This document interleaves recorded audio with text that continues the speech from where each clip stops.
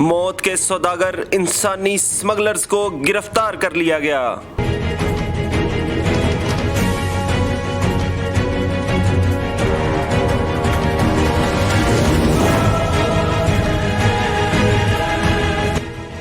यूनान कश्ती हादसे में मुलविस जैली एजेंटों के खिलाफ बड़ा क्रैकडाउन।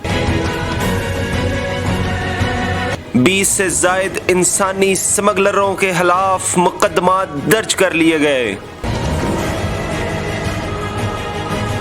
कश्ती हादसे में मुलविस गुजरात, गुजरांवाला और लाहौर से 5 इंसानी स्मगलर्स को गिरफ्तार कर लिया गया है।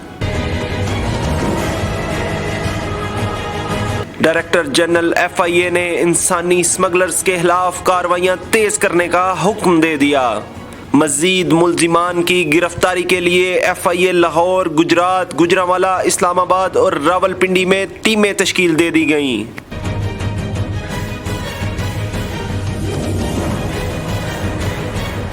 इंसानी स्मगलर्स के सहूलतकारों के खिलाफ भी सख्त कार्रवाई की जाएगी। किसी शख्स को भी मासूम लोगों की जिंदगियों से खेलने की इजाजत नहीं दी जाएगी।